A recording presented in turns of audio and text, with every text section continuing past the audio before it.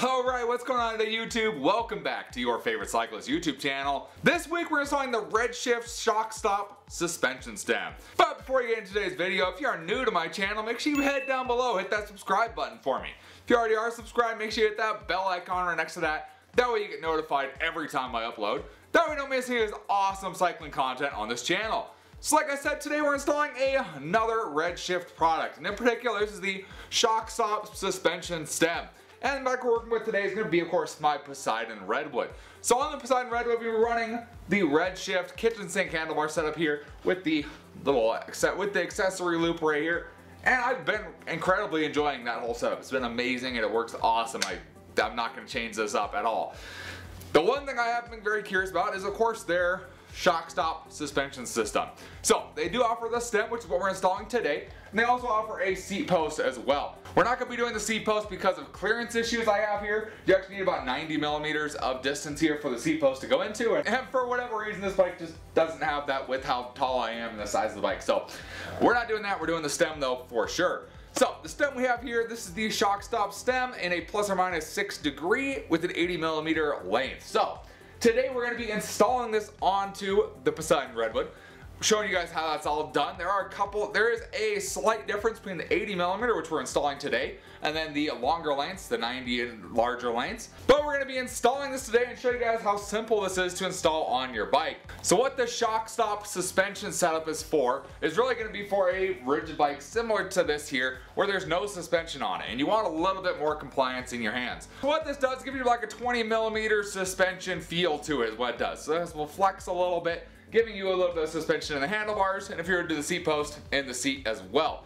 So you can use this on any bike that has drop bars, flat bars, anything like that. The only bikes they say it doesn't work with is going to be bikes with like a beach cruiser style handlebar. That's a long swept back handlebar. If you're looking for a little bit of extra suspension for your hands, this might be the answer for you. So let's go ahead, come right over to the bike, start pulling the old stem off, and start installing the new one. Alright, so removing the old stem, super simple process here. Pretty much we have our four millimeter bolts right up here, so 4 here, and then we have our 2 on the stem onto the steerer tube, as well as our top cap bolt. So we'll first start off with taking out these 4 bolts here, setting our handlebars off to the side, probably down to the tire, and then we'll take off the rest of our stem bolts here and pull our whole stem off. So let's go ahead and get these loosened. In my case, this is a 4 millimeter.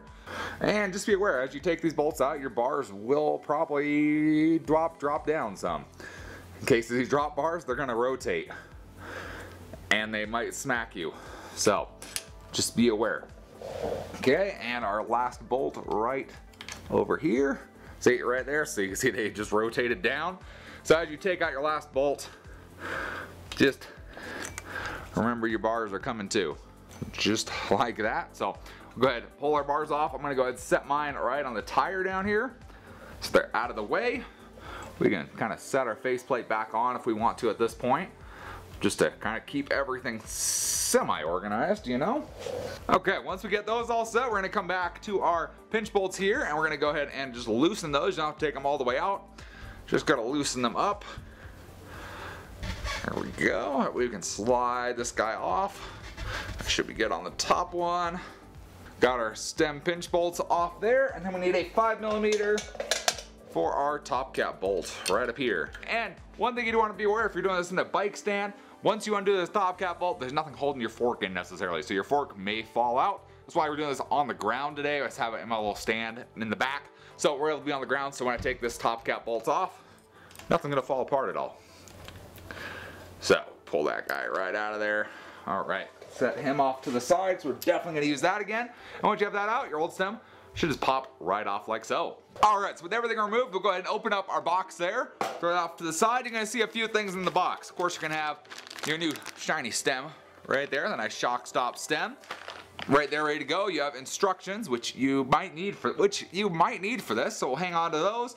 And then, of course, right here you have your extra preload. Actually, in here you have extra elastomers are in here, as well as the preload wedge installation and removal tool. So that is the one thing that's different for the 80 millimeter, I believe, is this preload installation tool. The other ones you can kind of use, the other ones you can take out by hand, I believe. This one you need the tool. So that's gonna be all you got in there. Of course, the stem is zip tied to the box, so you don't have to worry about rattling around, but that is all you got in your box there. So there's our nice new Redshift Shockstop stem. This is just the original one, it's not the Pro. It's honestly not that much heavier than just a normal one. We are going, I think, 10 millimeters longer if I remember right.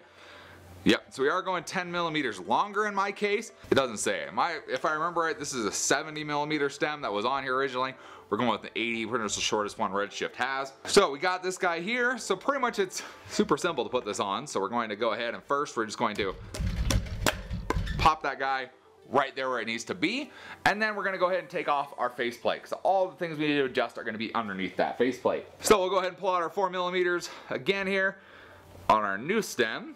Okay, so now that we got back behind there, you're gonna see kind of what's going on. So right, you have this preload wedge installed right here, and then you have your actual elastomers right here. So elastomers are able to change. So that's why it comes with a bunch of extra ones, why they're all different colors. They each have a, what you call a different number or different weight to them, and that's going to either tighten or loosen the stem up. So what we're going to do here, we're going to change these out here. This is not the setup I need to run. So both in the instructions that come with the stem right there, as well as on the website if you need a different combination, they have a lot of options for how you can actually set this thing up.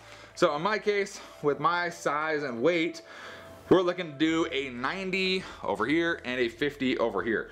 I have the 90 and the 50 here. So the ones in there are not what I need. So I have both the 90 and the 50 in this bag, so we got to swap those guys out for the 90 and 50 for it to work properly with my weight. Of course, you can change them up once you try it out. I'm going to recommend trying it out at what they suggest you to try it out, just because I've never felt this before. So we're going to start off with what they recommend, and then of course you can change it up, make it a little softer or firmer if you need to down the road, but we're going to start with what they recommend for first. Okay, so they do recommend tightening this guy down, at least to start off with. So kind of get that lined up there, because we're going to be working in that area there, so we're going to just kind of lightly tighten these up so it doesn't rotate around while we're working on this, of course. So we got those tight in there. Grab our top cap bolt real quick and lightly put this guy on too. We probably are going to have to straighten out our bars after this, but this will at least keep everything nice and tight while we're inside working on the stem. To start working on inside of our stem here, so right in the center, as you can see, there's a bolt there. So that's the bolt that actually holds that preload thing down. It's nice and tight, of course. So we'll go ahead and we'll grab a 3 millimeter Allen key, throw that in there, and we just got to go ahead and loosen that guy up. We got to remove this guy all the way. It is nice and tight in there. So just gotta go ahead and get that guy all the way out. There we are. Okay, so as you can see, we got the bolt out now. So we'll set that offside. You are still gonna need to hang on to that. Okay, from there is where we need this special tool, the preload wedge installation and removal tool. So set that off to the side. So we have this special tool here that they give for, I believe, just the 80 millimeter. So one side says remove, one side says install, and then it has the bolt with it. So from here we're gonna need a 4 millimeter, and we're gonna need 2 of our faceplate bolts. So what we want to do, since we're removing first, we're going to mount our plate right here with the 2 bolts here, and we want the remove facing out of the bike. So not towards the stem, you want it facing out, because we're removing it, not installing it. So get those there. We're just going to go ahead and tighten these guys up. Okay, and then from there we got the bolt that came with the tool, and we got to feed it into the remove hole here. And we're just going to go ahead and we're just going to tighten that guy up. And as we tighten that up, that wedge inside, you can kind of see it moving a little bit. So we got to keep tightening this up all the way till it touches the tool. So right there. Perfect. And then from there, we just got to go ahead and we got to remove our faceplate bolts. Don't remove the tool just yet. Remove these 2 bolts down at the bottom. Once those are removed, we just got to pull our tool out. Right there, they do say sometimes force is required. That was actually pretty easy. We can actually see what holds those elastomers in is this guy right here. Once you get this out, we can go ahead, we can remove our 4 millimeter bolt from our tool. Okay, and then from there, we can actually see our little elastomers here. So sometimes you can grab them that way, or sometimes you can use like an Allen key, I think is what they said, with these little hooks here, and you can like hook it with the Allen key and pull it out, just like that. So this is the 70 that's in here, and the 60, what we had in there. So without those, you can see the whole thing just flops around because there's nothing in there at the moment. So we'll keep it right there. We're gonna get the ones we need, which were the 90 and 50. So let's see. So if we look inside, you can see there's a little cross here, crosshair. So if you're going to ride this in the +3 orientation, which is what we're running it in, you'd want to make sure you put your elastomers up on top. If you want to do the -3, you want to make sure you put them underneath. In our case, like I said, we're doing +3, so we're going right up on top. And then with the little handles on them, like we talked about, that you can hook your Allen key onto and pull it out, you want to make sure those are facing towards the outside. So we're going to go ahead, pop our 90 in there, pop our 50 in there, because if you put them towards the put them in the inside, could have problems. So, okay, so once you have your elastomers installed, the ones you want to go with there, we're going to go ahead and get our wedge, and we're just going to go ahead and we're just going to push that in at least partially. It says push the wedge by hand partially into the lower half of the stem. Alright, that's about as far as it wants to go. Now we're going to use our 4mm, we're going to get our stem bolts again, and our little tool, and we need to install it with the install side facing us, of course. Alright, then we get our long bolt that comes with the tool, and we're going into the install hole, which is this one now. Now we're just going to go ahead, we're going to tighten that guy up, and we're going to be pushing against that wedge. For which we're doing, we're shoving that wedge all the way in where it needs to be until this bolt bottoms out on the tool. Like I said, there is a little bit of pressure. It's not anything crazy, but you are feeling some pressure because of course you're shoving that guy in where, you know, I couldn't really get into it by hand. So, and then we can get our little pinch bolt here, and they have the perfect amount of room to slide that guy in there and tighten that up while the tool is still in. If you pull that tool, I'm betting the wedge will just come flying out maybe. So we'll get our pinch bolt installed on here. It's kind of a weird tight fit in here. Once we have that kind of torqued down at least a little bit, I'm going to go ahead and we're going to pull out our tool here so we can have more access to it here, and it says to torque it to 3 Newton meters. Click. Alright, got it. 3 Newton meters, tight. Alright, so we went ahead and threw a little bit of grease on our faceplate bolts, and then we just got to get our bars right where they were before, and it's got to evenly tighten down, of course, all of our faceplate bolts. So I'm going to get these where we want them ish.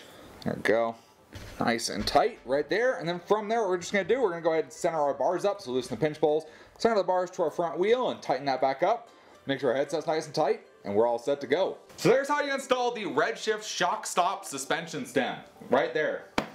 Nice and installed on the Poseidon Redwood with the Redshift kitchen sink handlebar system. Now, does it flex? Yeah, it flexes. Just from sitting here, it does flex a little bit, and you can feel it. You spend a decent little chunk of change on that stem. Is it actually worth it? I'm not going to be the one to tell you yes it is right now. I haven't ridden this bike. I haven't put miles on this stem. So, this video we're going to end it with that's how you install this stem. Pretty cool, pretty neat, pretty smart idea. Never would have thought that that would be a thing, but that's how you install it, that's how it works. Then next video you'll see with this stem, it's going to be, of course, our review of how this thing actually worked and how this thing functioned in the real world, and how it functioned on real trails and real gravel and real roads, and if it makes a difference, if it's something you can feel and notice versus just a standard stem, and see what kind of difference it makes. So hopefully you guys stay tuned for that next video. If you guys enjoyed this video, or at least found it somewhat entertaining, give this video a big thumbs up. Appreciate the support. Any comments or questions, let me know down in the comment section below. Love talking to you guys. Love answering questions you guys have. And I will see you in the next video. Thanks for watching today.